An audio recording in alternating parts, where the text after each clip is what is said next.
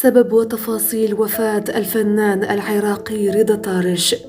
أعلنت وسائل إعلام عراقية يوم الأحد وفاة الفنان العراقي الشهير رضا طارش، وذلك بعد مسيرة حافلة يشهد لها الصغير والكبير.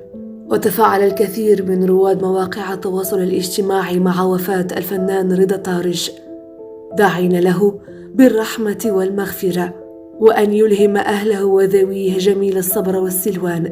وبخصوص سبب وفاة الفنان العراقي رضا طارش، فقد أفادت وسائل إعلام عراقية أن الراحل توفي إثر معاناته مع مرض السرطان، حيث عانى مؤخرا من وضعه الصحي المتدهور، ليعلن رسميا عن وفاته مساء يوم الأحد.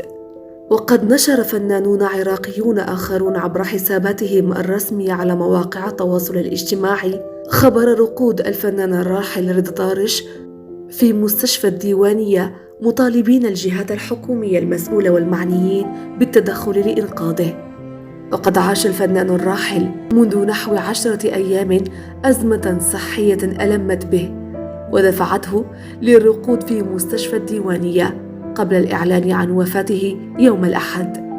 رحم الله الفقيد وألهم ذويه الصبر والسلوان. إن لله وإنا إليه راجعون.